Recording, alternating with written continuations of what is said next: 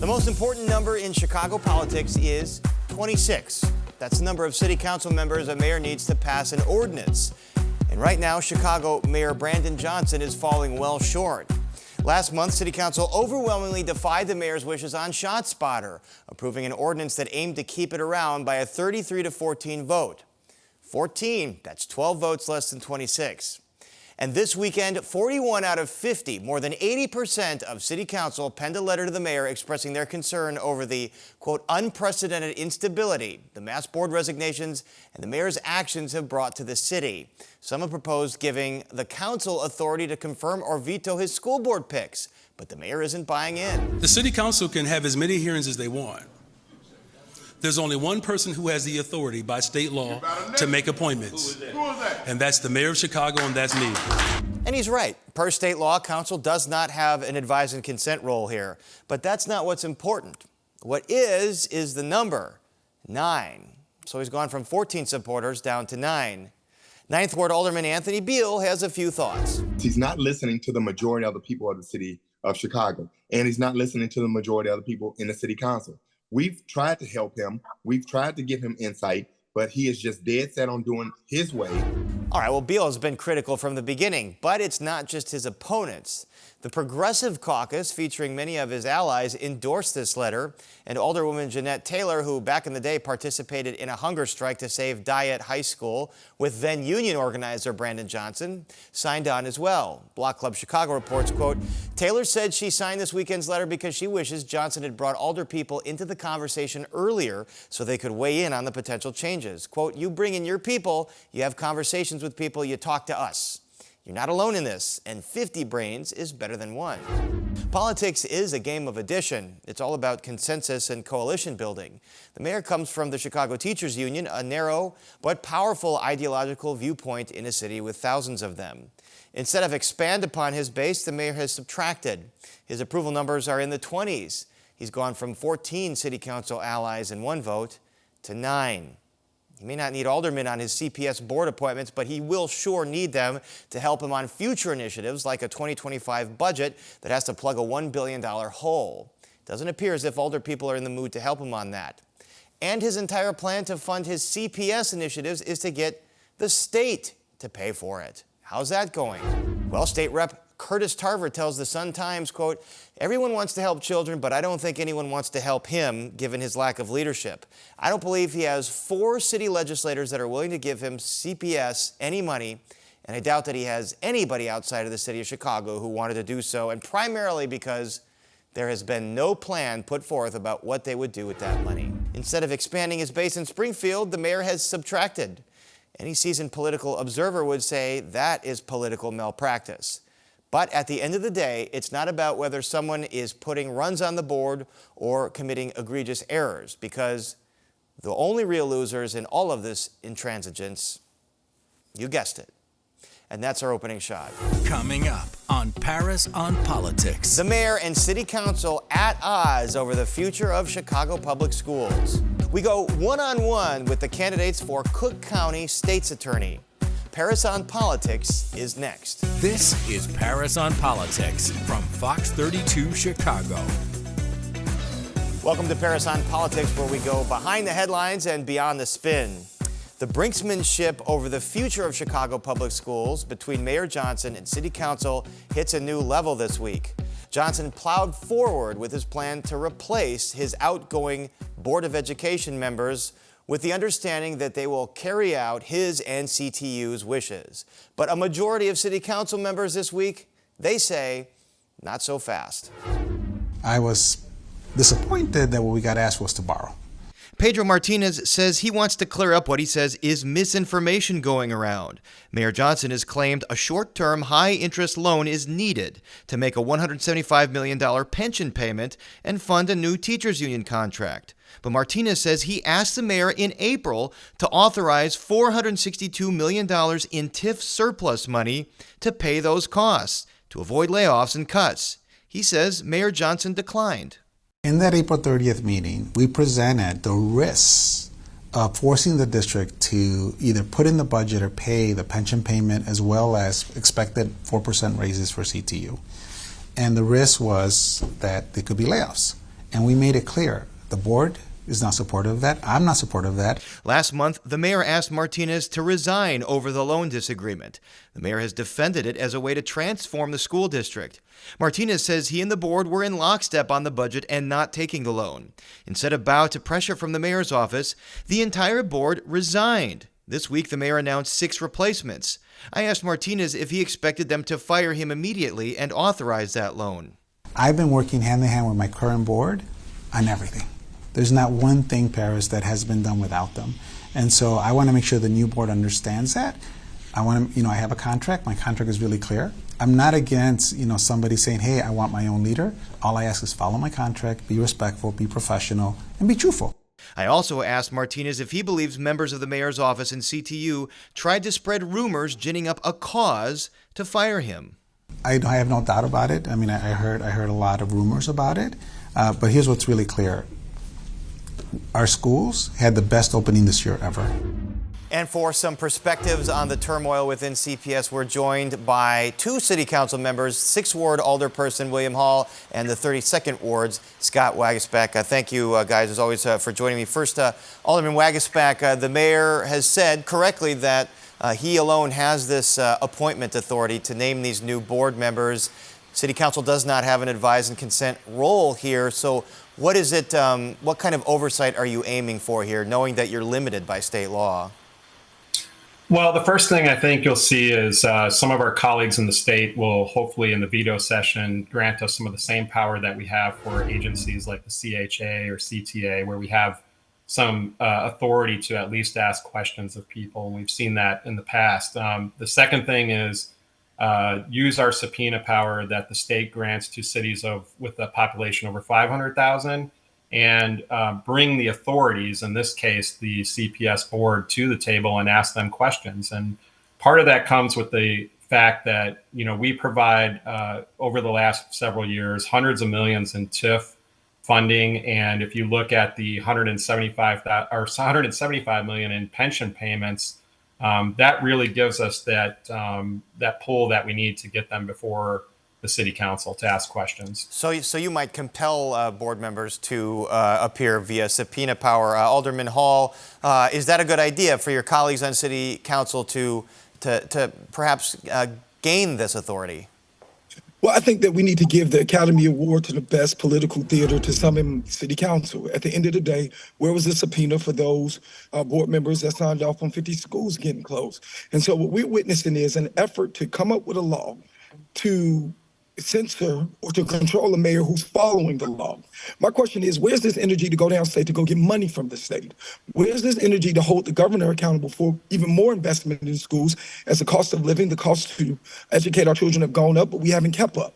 And so if we're going to go downstate, if less the effort is to get the state in veto session to do their job in fully funding our children as they go to and from in black neighborhoods and brown neighborhoods, I think this is political theater that takes us away from communities that need us to come downtown to play games. All right, Alderman Waguespack, I want to get you to respond to that. Is this just political theater? Well, no, I mean, when the mayor goes down and he's more concerned about the Bears Stadium and how much he can do for them, that's more political theater than anything. I think the priority should have been how much funding they could work with CPS, but you really have to start from a point of working with the governor and working with the state legislature in a way that doesn't diminish the work that they've done. When you're targeting the governor and really going after him on the migrant funding, when you're going after them on the Bears, that's not the priorities that I think people in the city want to see. So I would disagree that it's political theater. It's the priorities that have to be straight. And looking back at the closings, a lot of aldermen were at those meetings. There were CPS people at all of those meetings that were held in different communities. So I recall something different, but I'm willing to make sure that this CPS board comes before us so that we can have those discussions about the funding. All right, Alderman Hall, the entire board resigned, 7 members who were the mayor's allies. He very quickly and hastily assembled 6 new board members. We're waiting on one other. Does that not give you some concern here about the dysfunction at the top of CPS? No, it doesn't, because we have to hastily figure this out because procrastinating Pedro hasn't produced a plan in a year and a half to fix this problem. Again, I asked my colleagues, what plan are they defending that Pedro has put before City Council, before Chicago Public School, that does not include over 1,200 job cuts? He hasn't. And so for us to try to figure this out, again, the mayor putting this on his shoulders, as he should, as a leader of our city, to figure out how to fund Black and brown schools. Again, my question is, where's Pedro's plan? His plan includes the holiday season being very difficult for Black and brown women who are serving inside of public schools. When we look at those who are getting ready to take these job cuts under the invisible plan of Pedro, because we have not seen a plan that makes sense, that makes it fair for people to keep jobs. Well, I think the big thing is, people really want to know about what's in all these deals. I think in the last term, we had some of the highest raises for teachers in that period than we had ever seen before. And I think taxpayers were saying, look, we appreciate our teachers. We want to make sure they have what they need to live well in this city. I don't know where the 1,200 jobs came from. That's a new thing. If we're creating 1,200 new jobs and we're trying to save those, that's something completely different than what, Paris, you were referring to, which was the 9% raises. And I think the 9% comes into play where you're looking at taking out this $300 million payday loan. So I think there needs to be a lot more transparency from the mayor when he makes these trips, when he goes down to Springfield. Maybe taxpayers need to know what's on the agenda. And if it wasn't supposed to be the Bears, then maybe he shouldn't have led with that. But that's where we're at. And if you don't have leadership looking at the priorities and saying, here's what we need to fix, here's where we need to go, you end up having these downgrades and these rating agencies saying, we're gonna hit you hard because we don't see that management, we don't see that leadership. All right, Scott Waguespack, William Hall, we have to leave it there. Thank you so much for joining us. To be continued. Coming up on Paris on Politics. One-on-one with the candidates for Cook County State's Attorney.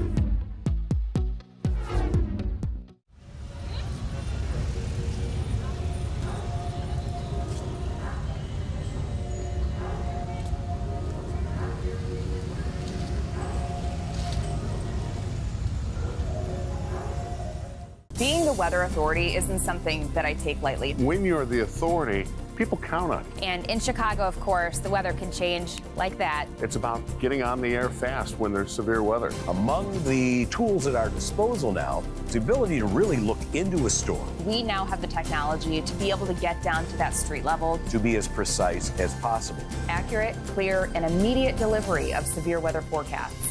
That's what it means to be the weather authority. Football's newest show breaks down all things NFL, GMFB Overtime. Check out top highlights, player interviews, special guests, and everything in between. It's GMFB Overtime. Mornings at 11 on Fox Chicago Plus. Cook County State's Attorney Kim Foxx is not seeking re-election, and that leaves Democrat Eileen O'Neill Burke and Republican Bob Fioretti vying for your vote. Libertarian Andrew Charles Kopinski is also running. We went one-on-one with Burke and Fioretti, and we begin with Democratic candidate, former judge, Eileen O'Neill Burke. We have more gun crime than any other major city in the U.S. We had 764 people shot in Chicago alone this summer. We are seeing mass shootings on a regular basis. And it's all attributable to the proliferation of handguns that have been equipped with a switch and an extended magazine. When you do that to a handgun, it makes it very difficult to control. They just spray bullets. That's why we're seeing people that have nothing to do with this dispute getting swept up in gunfire. But we have a tool, and the tool is the assault weapons ban. It bans the use of switches, it bans the use of extended magazines, and it elevates the class of offense and it extends the term of sentence. There is a state assault weapons ban that has been signed by the governor, currently litigated now.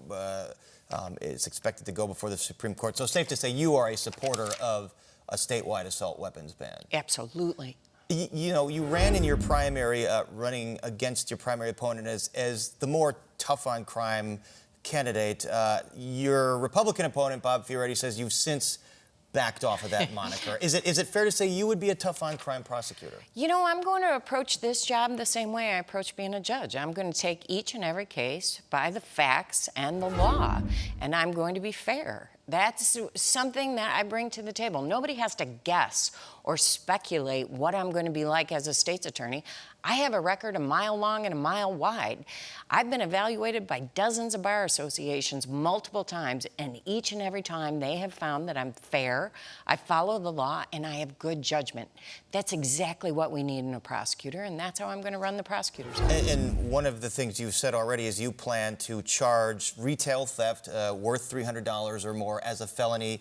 The current state's attorney, Kim Foxx, has charged $300 to $1,000 as a misdemeanor. Why do you want to charge that as a felony? And we should mention it is state law. It is to charge that as a felony. The law says the value of the goods should be $300 or above in order to be a felony. I took an oath as a judge. I'll take the same oath as state's attorney that I will uphold the law. If there's an appetite to change the law, the correct procedure to do that is go to Springfield and change the law, and I will uphold that law. But it's not appropriate to say I will not follow the law, period. I will look at each and every case and make a case-by-case determination of what's an appropriate sentence. But I will follow the law. Where are the other areas of disagreement that you have with the current state's attorney, Kim Foxx? I think, let me say this. This is an enormous office. There are 1,300 employees. There are 5 different bureaus that cover everything from real estate tax to guardianship to criminal prosecution. There is not one unit of government in Cook County that doesn't impact the state's attorney's office in some way, shape, or form. So I am not going to criticize anybody's ability to do this job or anybody's techniques and how they approach the job, but I will tell you how I'm going to approach it. I am going to approach it by making sure that we have very strict gun policies, that each and every person who's charged with a forcible felony with a weapon will be detained, or we will seek detention for, and then the judge can make the determination of whether they should be detained or not. And one of the policies Fox has started to put into place is the notion that she won't prosecute someone for gun possession if it was the result of a traffic stop and there wasn't a gun immediately visible on their person. Is that a policy you would continue? That policy contradicts decades of case law, and I will follow the law. The so-called no cash bail law, speaking of law, it is the law of the state. Do you think eliminating cash bail and detaining defendants only for the most serious of crimes, has that made Cook County safer, less safe, or had no impact? So I am a big supporter of the Safety Act. The Safety Act fundamentally changes how we approach pretrial detention. It used to be how much money can you post for bond. Now the criterion is we're not going to look at money. We're going to look at, are you a danger to the public or are you not? And I think we can all agree that if you're not a danger to the public, there's no reason to detain you before you're found guilty. That's a big step forward. I believe in that. But the Safety Act also changes the state's attorney's role. Now, before a judge can make that determination of somebody as a danger or not a danger, the state's attorney must first file a petition to detain. If the state's attorney does not file the petition to detain, a judge has no ability to detain someone. So it's become exponentially more important that the state's attorney's office is adequately staffed and resourced and trained for those hearing courts. Well, and that's what I was going to ask you. How do you get the state's attorney's office to be staffed? Because there has been a lot of turnover in that office to do that extra step now that you mentioned has to be done. Your attorneys have to go before a judge and now argue for detention. So we are going to develop a training curriculum that is unparalleled in this country. I've already started recruiting other retired judges to come back and teach how you need to know the law at each and every level. So every level of the state's attorney's office is going to have a curriculum. This is going to be like getting a master's degree in trial work. There is going to be no better training ground than right here in Cook County, and that's how we're going to get restaffed. One of the hallmarks of the current state's attorney, Kim Foxx, has been to vacate convictions if they were the result of coerced confessions or torture. Is that something that you would continue? Absolutely. We need to make sure that we have valid convictions on people. And that includes taking a deep look at older cases, at allegations that have come forward.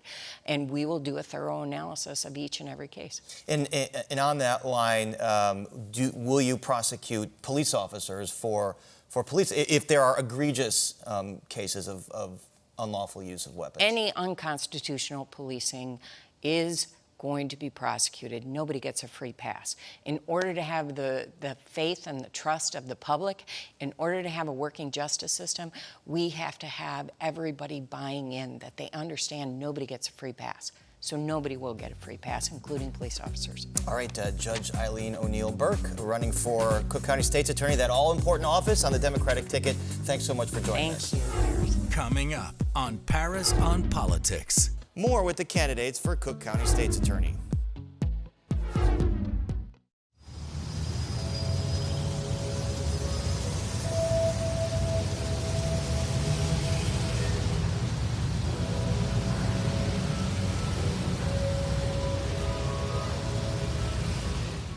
Discover Chicago's hidden gems and untold tales. If you look up, odds are you're seeing our work. They have such an intense and fierce look when they swoop down to grab a fish. 3, 2, 1, go! Fox 32's photographers share the stories they've captured with you. Fountain jet shoots up about 150 feet. Our designers, the sky is their canvas. See Chicago through their unique lens. Streaming now at Fox 32 on Fox Local.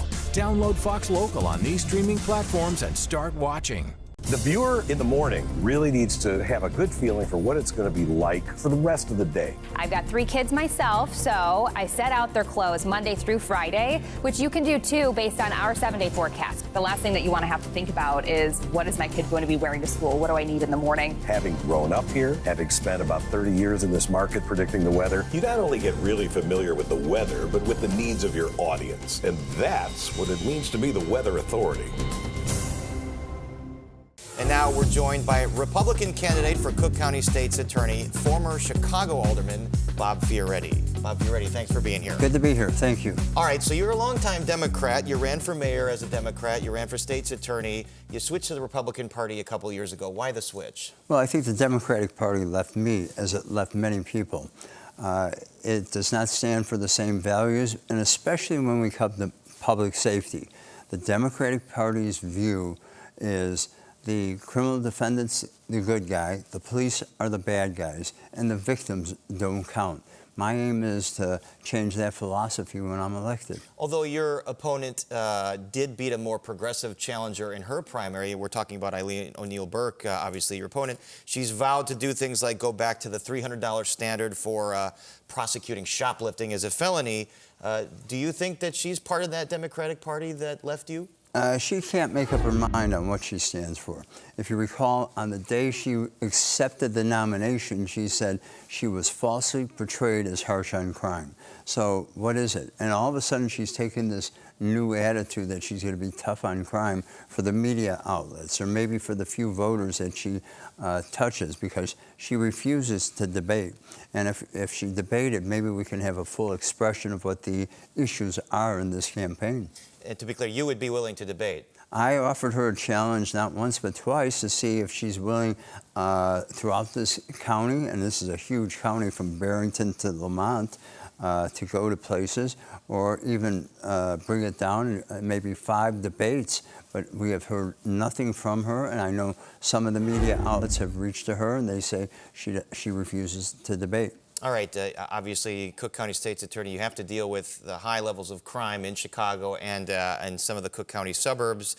The no cash bail law is now on the books. What kinds of felonies are you going to be seeking pretrial detention for beyond murder or gun crimes? I think we look at everything that's available on the books that we should seek detention for.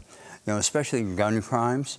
If we're going to get serious about how we approach getting guns off the street, we need to all work together. We need to work under the umbrella group with our police department, all the 130 plus police departments in the suburbs, work with the ATF and the feds to get guns off the streets. I will be doing that. And on gun crimes, gun felonies, gun trafficking, will you be harsher in the sentences that you seek or the prosecution you seek than the current administration? How about one word? Absolutely. And I say that because we have to look at what's happening out there. Those that qualify, that fit the criteria, I'm going to ask the federal government to take them over and make sure that they prosecute those crimes to the fullest also.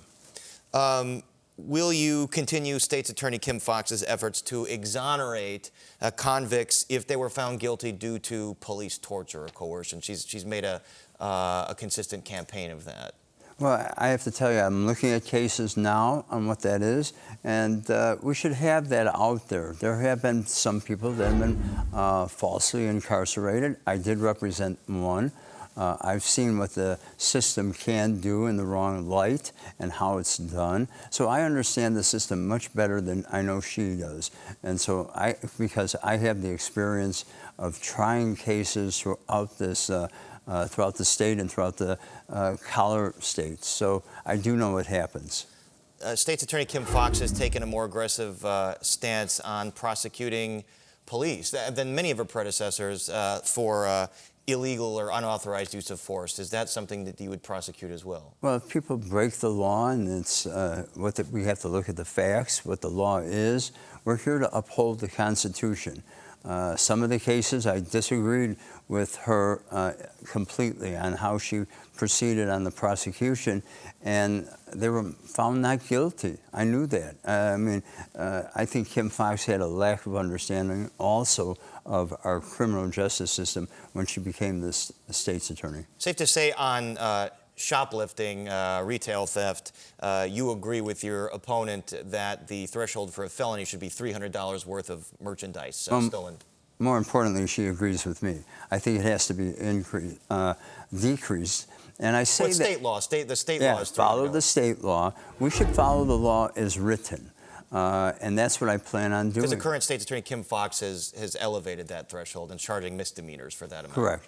And what's important as we look at that, we need to get these people, nonviolent offenders, into our system to see what we can do. Those with retail theft, mental health problems, veterans court, women's court, drug court. So we get them in our system so we can help them. So you're saying alternative methods of prosecution. You're saying don't not prosecute, but prosecute those so-called lower levels of crime, perhaps in more alternative methods that help them rehabilitate. Oh, absolutely. And May 17th, I was asked by the presiding judge of the drug courts to come to the graduation. We had 17 or 18 people in that graduating class. All of them have jobs. All of them are now successful. They've gotten into our program, and they're assimilating into society in a good way.